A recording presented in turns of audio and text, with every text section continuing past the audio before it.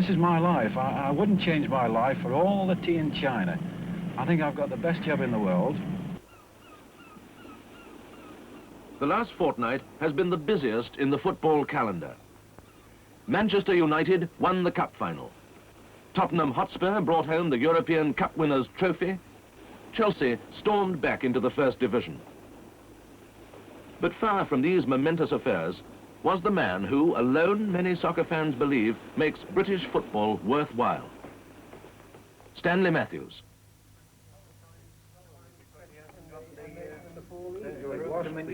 At a comic little ceremony last week, made the more comic by his own disguise, Stanley Matthews was, for the second time in his career, awarded the Football Writers' Prize as Footballer of the Year. Said the reporters' chairman, Geoffrey Green of the Times, I wager my permanent overdraft that no footballer in history in our lifetime, probably never again, will any footballer win this trophy twice with a span of 15 years in between. It was yet another act of recognition that Stanley Matthews, 48 years of age now and 48 times capped for England for full internationals, is the most famous player of all time. By Saturday afternoon, when the cup final was being played at Wembley, Matthews was 2,200 miles away in Tel Aviv, showing Israelis his own special brand of football, just as he's shown Africans, Canadians, Australians, Brazilians, Americans, Spaniards, and indeed millions of Britons so many times before.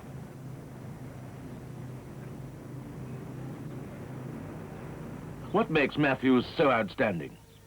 Tonight, World in Action observes him closely.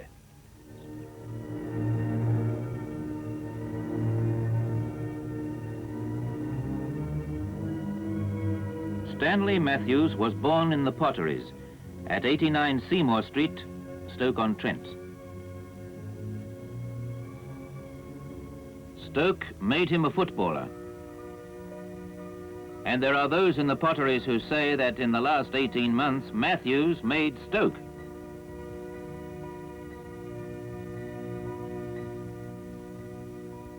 Consider the facts. After much success as a schoolboy player at Wellington Road School, he signed on with Stoke City Football Club, officially as an office boy at the age of 15. 2 years later, he signed professional forms and played for the first team. That was in 1933, 30 years ago, when Ramsay MacDonald was Prime Minister, when George V was on the throne, and when there were 3 million unemployed in Britain.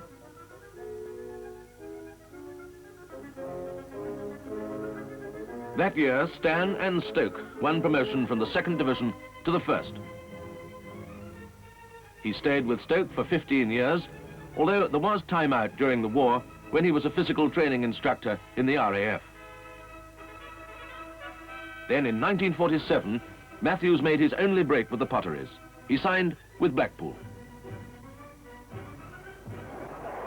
The high point of his 14 years with Blackpool was the cup final of 1953 against Bolton, shown here on newsreel.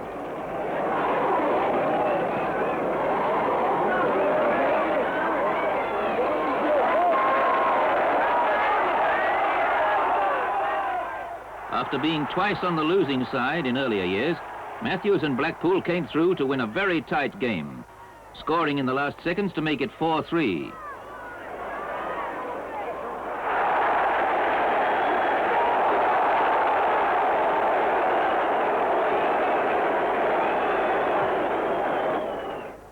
But as time went by, Matthews hankered again for the Potteries. Although he'd made his home in Blackpool and seemed settled, he was not completely happy with the club. Stoke City began negotiations to buy him back. Many people thought he was past his peak. Desmond Hackett of the Daily Express reflected the opinions of many sports writers when he said, "I foresee jeers for cheers if Matthews returns to Stoke." So when Stoke City offered £3,000, a sum that was little more than a gesture, Blackpool, perhaps thinking they'd had the best of him, agreed.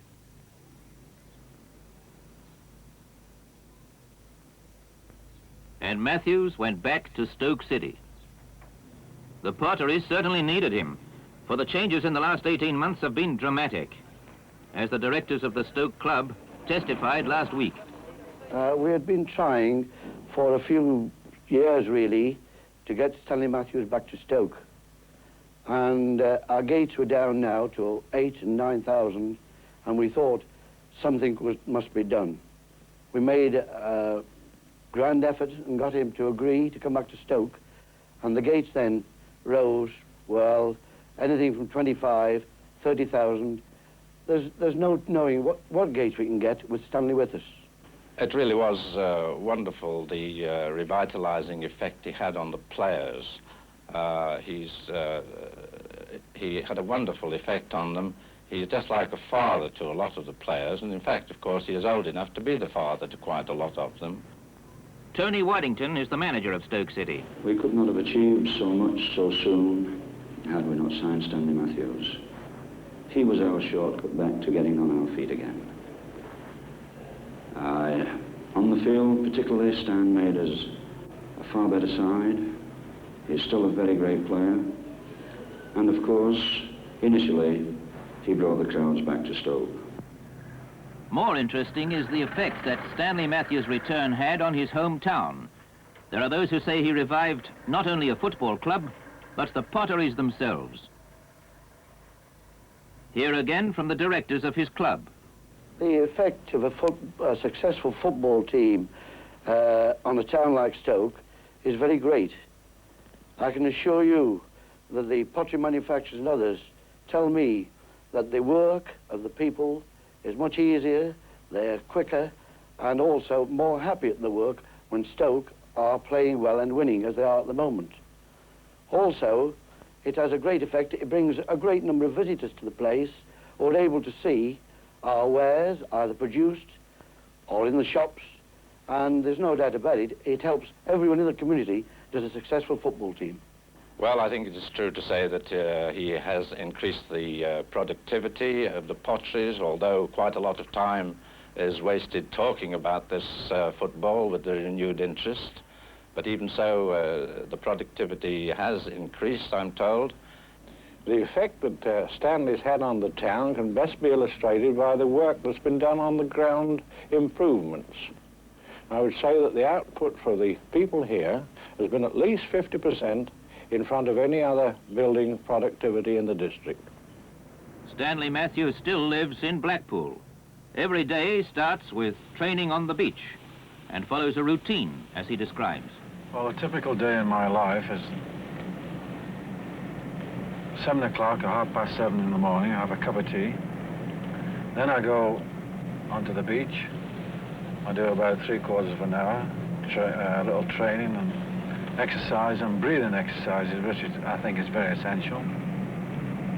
I come home, I have a shower, have a light breakfast, and then I may go down to the Blackpool club for half an hour. I may do that. And after that, I have lunch. Then I may go have a little game of golf, about 9 holes with my wife. And have afternoon tea. Probably watch the television, or we may go to a film or a theatre in the evenings. Just a quiet sort of a day. But 10 days ago, the routine was different.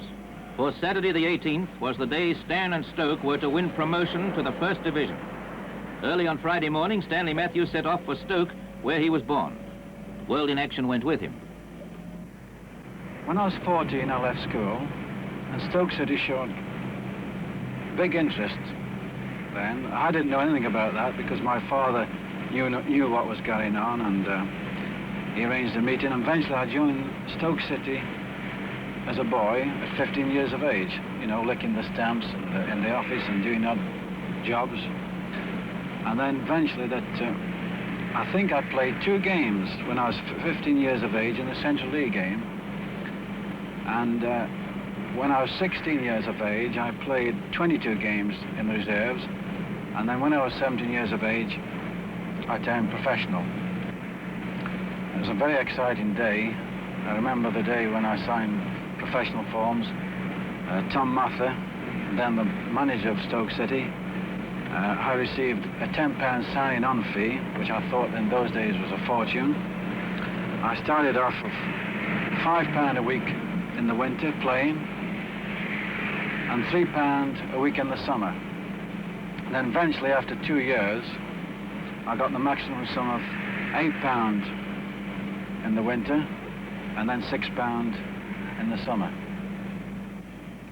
As he drove along, Matthews talked about what he calls the goal to success. I've had a lot of publicity, and it's a little embarrassing, really, because I feel that, as I said before, I haven't made the team. As though everybody has gone into this battle, and there it is. Now, with regard to myself, people say to me, at 48, how do you go on? What is the secret? Well, there's no secret at all. You know, I believe in enthusiasm is the secret, is the goal to success. You know, the old saying that years may wrinkle the skin, but without enthusiasm, it wrinkles the soul. There's no doubt about that. And I've kept this enthusiasm for so many years that everything I do, even driving along now, I get a kick out of it. Even if I called in a hotel and had a cup of tea, I'd get a real kick out of it because I like it. I like the simple way of life. I think every day I don't look ahead. They keep saying to me when I'm going to retire, I don't want to think ahead of 12 months, 6 months, or 12 months. I only know that what I'm going to do today, and I'm going to do tomorrow. This enthusiasm has carried Matthews to football pitches in all 5 continents. He made friends all over. But it's an island in the Indian Ocean which lingers in his mind.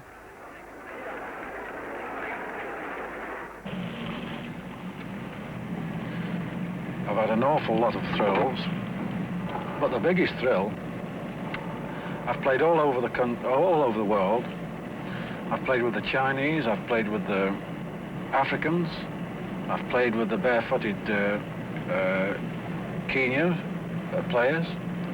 But the biggest thrill of my life was the time when I arrived in Zanzibar, a remote place.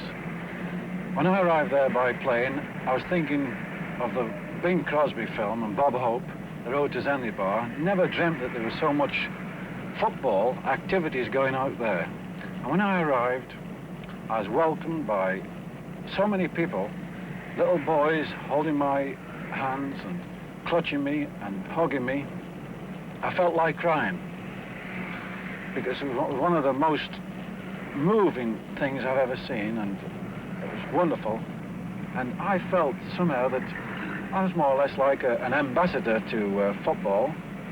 And I feel sure that it's a great pity that more players, English players, I think they should go out to these places and to give these youngsters, these coloured people and everybody a thrill, because they know all the British players, which really surprised me when I was out there. What a thrill. Experience I shall never forget. As the 2.5-hour drive from Blackpool to Stoke rolled on, Matthews revealed some of the intense superstitions of footballers. He talked first of his Stoke teammate and former Blackpool teammate, Jackie Moody. Things weren't working too well for Jackie at the beginning of the season, and they weren't working too well for the rest of the team, because I think we only collected about 1 point out of 6. And Jackie was dropped in this particular match, and then they brought him back on a midweek game, and he played excellent game. He played a brilliant game, and I think he scored 2 goals. Well, he said to me after the game, he says, well, I said, you played well today, Jackie, you were right on bango. He said, yeah. I said, was Brenda there today, his wife? He says, no, she wasn't too well, but he says, I'll tell you something now. He says, she's not coming to the next home match because we've won tonight, and she's going to keep away until we lose. Well, we had a terrific run. We had a run of about 16 matches without a defeat, and poor Jackie's wife wasn't allowed to go to see the game. But another thing about Jackie, that he has to have the same overcoat on, come what may. I mean, the weather can be very hot, and he's got to have this big, thick overcoat on, and also that he carries in his pocket an old pair of socks, plus the fact, too, that he has an old pair of shoes on. So he's one of those players, he believes in these little things. And also that Dennis Violet. Now, let me give you the case of Dennis. Every home match, We have lunch together. We have a special room at the hotel in Stoke-on-Trent, and it's a small room with a television on. Now, Jimmy O'Neill and I are not allowed to touch the television set until he arrives in about 1 o'clock, and sometimes a little late, but we just have to wait until Dennis comes along and he switches on the TV, and then he sits in this particular chair. Jimmy O'Neill is the same. When we ride from the hotel and go to the ground, when we get to the ground, there's a sign there where it says no entry, but he insists that we go through the no entry sign because for the simple reason it brings us good luck. For myself, I believe that I always say a little prayer before I go on. I think that one has to have faith in things, and naturally I say these prayers, and I say that I pray to God, and I always say that give the team and myself strength to play. I never say that let us play well. I want him there to say that I ask him to give us strength. As he approached Stoke, Matthews talked of what the game offers to young players of today. I think a player today, that if they look at it in a light that the club pay you to keep yourselves fit, and today there's a fortune to be made for these young players. There's a fortune at the feet. There it is. Regard to myself that people say it's a pity that you didn't get this money 20 years ago, 10 years ago. I say, why not? It doesn't matter to me because I enjoy life. And it's a great boost for these youngsters to come along, and they've got money at the feet. And that's how I look at life. Then Matthews went on to tell of his feelings towards the people of his hometown. Well, I was born in the Potteries. I tell you this, that I don't like the smoke. That's the only thing I dislike about the Potteries. But the people, we have an awful lot of friends there. They're warm, they're affection, and they give more than receive. There's something about the Potteries people that even Jackie Moody, let me give you the case of Jackie Moody again. I never thought that he could ever live anywhere else, only Blackpool. But he settled down, and he says that he would never leave the Potteries again. He'd never leave the Potteries. He said, because they're wonderful people, and I feel just the same. Naturally, I was born there, and I can tell you this, that I would never play for another club. When I got transferred, it had to be Stoke City or no club at all.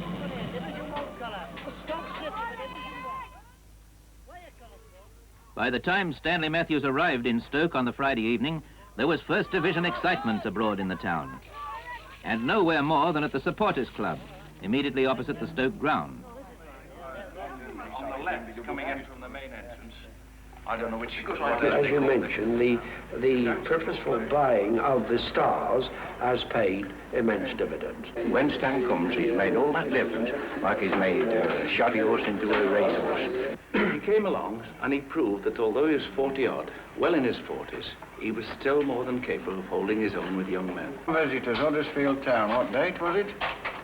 October, Philip, October the 28th. 1961. Well, that's it. That was the turn of the tide for Stoke City. You've got Stan.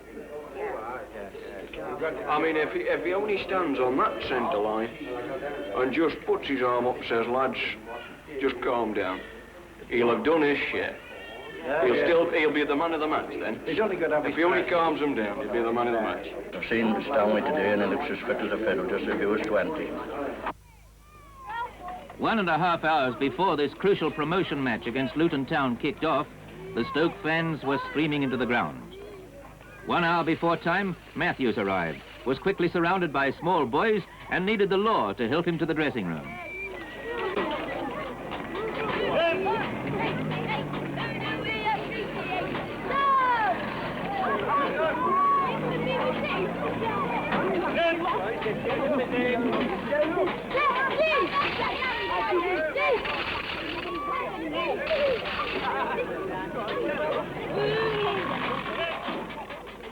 Steadily, the crowd built up to make a gate of 33,644.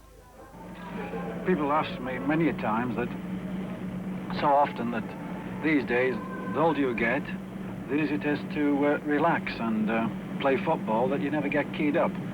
They also say that experience teaches you to be relaxed before the game. Well, that isn't so, because when I was a youngster, when I started, I mean, I took the plunge and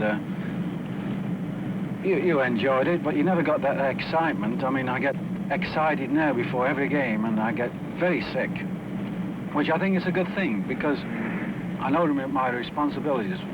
When a player gets older, or anybody gets older, come what may, sport or business, he knows his responsibilities, and I know this before the game, and I'm always keyed up. I have that tension, and about, say, 1 o'clock, 2 hours before the kickoff, I generally feel not one butterfly, I generally get a swarm of them, and I want to get down to the ground as quickly as possible to get into the dressing room. As soon as I get into the dressing room, then I'm relaxed a little.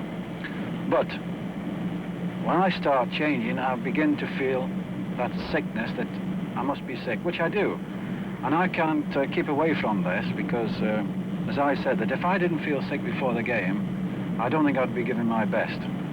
I think it's very essential that players today, that they've got to feel emotional, they've got to have that feeling for it, that if they go onto the field without any emotional or sickness or keyed up, then they're not doing their job.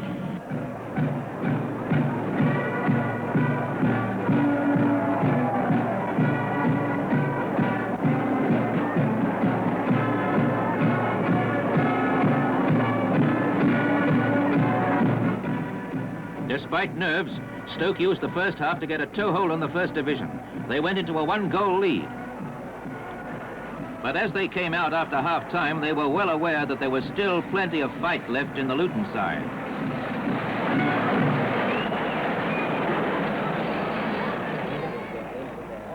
Matthews was understandably tense.